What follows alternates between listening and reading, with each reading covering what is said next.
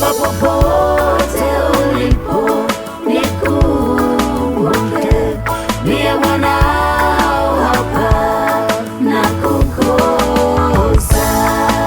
My name is Joseph Muranga. I'm Baba George. My name is Leonard Kiare Mungai, aka Baba Brian, Brenda, Brandon, and Brianna. Other fathers here from Intentional Dad. Hi. Very good. So I want to go back to the reason why I got this interest to talk about fatherhood and the boy child. It goes way back in 2012. So one day the priest, his name I remember very well was Father Wanyuike. He's a priest who was the rector at Kuno Apostles Seminary. He calls me to his office and he looked furious. He wasn't happy. He looked at me and told me, Julius, I'm very upset with you. So I asked him, Father, nimefanya nini? What have I done? You know, to earn your wrath? He said, no, not you as an individual. I'm upset with you as men. So I asked him, okay, I relaxed. At that point, I realized it wasn't me. At the beginning, I thought it was me. So I sat down and asked him, what have we done, Father? He said, we have this initiation program here. And these days, I have noticed something that is very disturbing. That more and more, we are sitting here and watching boys coming for initiation, but brought by who? By their mothers. Where are the fathers? Where are the uncles? Where are the neighbors who are men? He asked me, Julius, where are the men? Where are you? And that hit me like a slap. Because initiation is one of those stages that is very critical for men. Not just in our culture, I think throughout the world, but more so in our African culture. So today being November, and knowing that most of the boys who have just done KCPE, most of them will go into an initiation program. What do you think about this? You know, even myself, I'm very much disturbed because I've been seeing that. Mm-hmm. Maybe I'll go back to our time. Mm-hmm. When you become of age, your dad had to talk to you. And there was also some tests which were done before us. That you should use ni rungu. Mm-hmm. Na hii rungu unapewa, watu wale wa zamani walikuwa wanaitupa inaenda juu kwa ile inaitwa the fig tree, mugumo. Ikianguka pande ile ingine inaonyesha ya kwamba wewe umekuwa of age. You are already ready for the knife. Kutoka hapo sasa kuna wale vijana ambao walikuwa pale mbele yenu. Alafu kijana ambaye sasa yeye ameenda through jadoni, yeye anachaguliwa na wazee, anakaa na wewe chini. Alafu anaendelea kukuambia mambo. You know, he advises you what happens there. He becomes your mentor. So he becomes the mentor. And this man will walk with you at that time until the D-Day. Yes. At the D-Day, he's the one who will take you. You'll be with him throughout the night. Mm-hmm. Although there were some songs which were sung those days, they are not sung these days. Mm-hmm. And those songs were to make you strong, you know, so that all the fear you have, they are already out. Yes. And so you'll sleep together, and in the morning, very early in the morning, you'll be taken to the river. So in short, men and fathers that time used to prepare the boys. There was boys. A process through which boys were being prepared. Yes, women were nowhere to be found. What they were just at the peril there, standing far away, observing. They will not come near the men. But the thing is, long before the D-Day, there was a process of prepared. You know, that sponsor now will be able to prepare you and also give you some advice of how a man should behave. And so when you are going there now, you know already there is somebody who is coming. And your father has taken a step and he's ready, you know. And so when you go now to the river, you come out, you are ready there. And then people don't cry. You have to stand like a man because you have already been empowered. And there After that is when this man will walk with you now, after the cut. Yes. He'll walk with you, advising you, helping you. You know, there were some things they used to use, you know, some of the medicine, not the current one, but some herbs. Those are the ones they used to prepare for you. And you'll walk. When you walk with this man every day, he'll be there. No woman would enter into the house where you are. It used to be called a cube. A cube, that cube. Yeah. And you are not alone now. You have your own group, yes, who you are sleeping with there. And the rest will have their own. And so these men will come, they will prepare you, and then they will be able now to talk to you, orientating you how a man should behave now from here henceforth. Yes. So that now, as you heal up, you will know what this moran, let's say like a moran, in the same way, how will you behave in the future. Very good. As a man. That's amazing, gentlemen, isn't it? Yes. I think we need to celebrate that. That was it. Now, Baba Brian. Yes. I think you are probably part of the generation that is being challenged. The generation that Father Mwajuli was talking to me about. Yes. I see you there because some of your sons have gone through the process. Yes. How was your experience, and where do you think we as men are dropping the ball?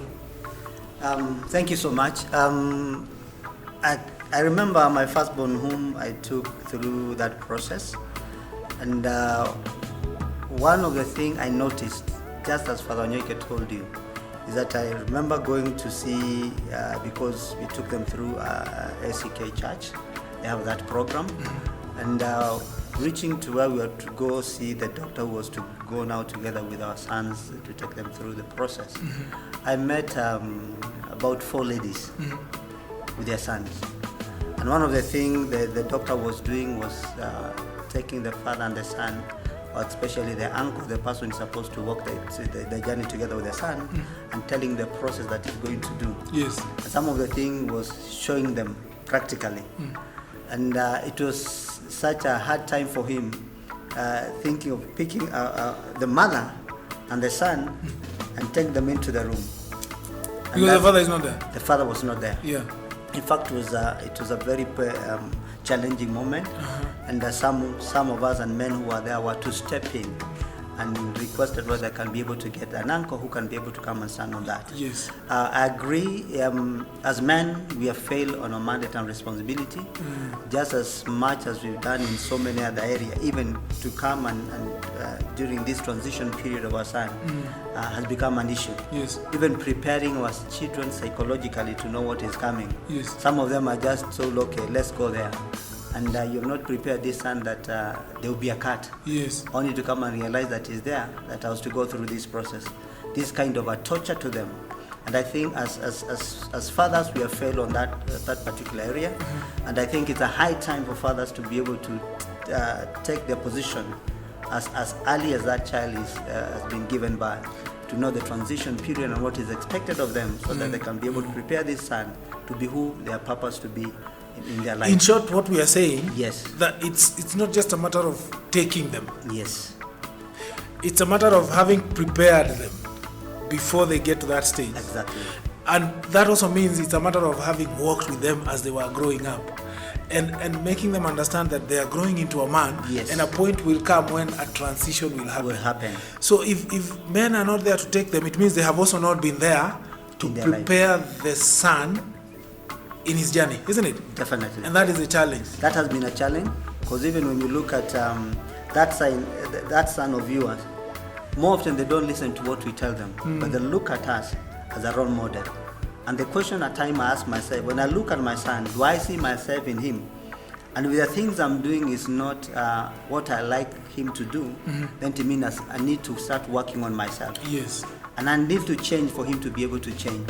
So it's a challenge for us as men to be able to take our position, to be the mentor that and to be whom we purpose our children to be. Yes. Because we have to be that example. Because even that sponsor, if there's going to be a sponsor, Yes. the one you are talking about, it is not a random guy. Exactly. No. It has to be, the father must have chosen The person who and knows looked at you. that man and realized this man can be a good mentor to my son. Yeah. If the father doesn't do that, then it means the best we can do is pick a random guy. Yes. Or a random uncle who probably does not have a relationship with this boy. And that is where you're beginning to realize that we send someone to mentor a young man, but he does nothing because he has no relationship with the young man. Exactly. That structure, how do you think we can get it back?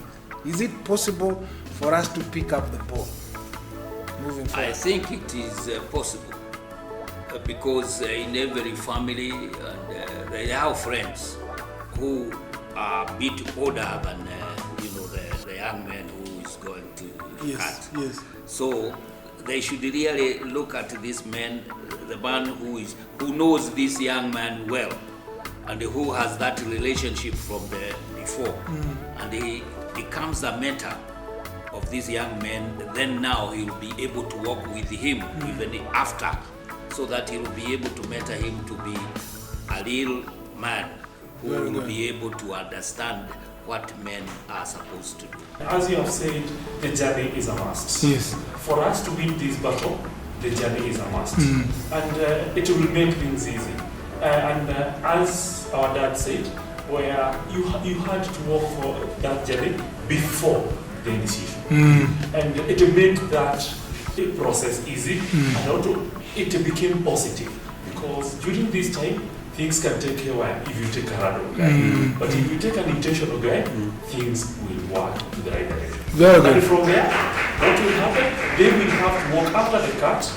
This will make also the journey of discovery, and it will become an easy journey for the son. Very good point. Let's celebrate that. Celebrate that. Increasingly, we are seeing the roles of church coming into sit in places where traditionally maybe our forefathers used to play. And what church is doing is bringing in professionals to come and talk about topics that traditionally were being done by our grandparents and elders. And elders, and that's really commendable. And I think it's a challenge also to us as professionals in different fields, that when this season comes and you're called upon to go and talk about various topics about masculinity, money matters, and how to do budgets and all those things, then we should take up. Exactly. Because that's the mentorship of today. Because that's the mentorship of today. Yes. And that responsibility also lies on our shoulders. Yes. As fathers. Yes. We should appreciate the church. Yes. Because the society that used to be there is no longer there. Yes. So the church now has to take that role, because you remember the child was for the entire community. Yes. So the church has to take that mandate and responsibility, and that's you and I have to take that mandate. I mean that responsibility as the father figure of today, because I should not transfer the mistake that my father had and transfer to the next generation. Yes. So my children have to step on my shoulder and be a better person than who I am, and even better than who my father raised me to be. To the father who is out there, my request and prayer is that may you take your position and be able to walk this journey together with your son, for this is something he'll never forget in his life, ever. Very good. Let's celebrate that message. Bwana Maranga, you are our elder. Send a message to the younger men who are now the fathers in this generation. Yeah, you father there, the young ones. The transition has already been done from the old to the new one. Yes. It's better now you to take the front seat. Don't leave the driver's seat. Drive your car well, or your lorry, so that it will be on the road. So make sure that your son who is there has a mentor now. As he grows, the person that you will take this person to the initiation, so that as he walk with him, you will be able to tell him more things which you will not be able to tell him, because he's your son. You can't be open, just like that to him. But that mentor of his, which you have already chosen, will be able to walk with this man as he, become of the age. And then you walk with him after the cut and show him how a man should be. And I should tell you, attend intentional daddy classes. Very good. Great message, eh? Great message, eh? You know, so as I conclude, I want, gentlemen, let us celebrate those men, because they are there. There are men out there who have intentionally prepared their sons to go through initiation. They have probably connected them with mentors who will walk through that stage, and they have mentally been able to talk to their sons. So if you are there and you have done that, today we are celebrating you. We are saying, Huoni? Ubaba, Ubaba, Ubaba, Ubaba. And if you have been able to identify a good place you can take your son for initiation, and you have been keen enough to connect him with mentors who are going to add value to him, we also want to celebrate you. We also want to celebrate those men who are in those church groups who are sitting down and coming up with these programs, because you are filling a gap that has been increasing. All those churches, and even those people who have their own private, I know there are people who are coming up with private organizations, and they're the ones who are telling us the challenges they are facing. We also want to celebrate them, because as men, what they are doing, Huoni? Ubaba, Ubaba, Ubaba, Ubaba. But then we also want to challenge you who is out there. You have been bringing up a boy. He's 12. He's almost going. Next year he'll be going. But you have never sat down with him to explain to him that there is going to be an initiation. Whatever form it takes in your community, you have never sat down with him to explain to him that when boys get to this age, we normally do something for them to mark their initiation into adulthood. We want to challenge you and ask you, Je, who you are? And if you have a son and he's going this year, but you're not the one who is taking him, you have left that responsibility to the mother. We want to ask you, especially you, Je, who you are? Because you need to be there. If you are not living together for whatever reason, have you made arrangements for an uncle or for a friend that you can trust to be there? If you have not done that, we are asking you, Je, who you are? That is the topic of the season, because this is the season where we are taking our young men and we are grooming them and taking them through initiation into adulthood. Let us do it in a way that will have an impact in their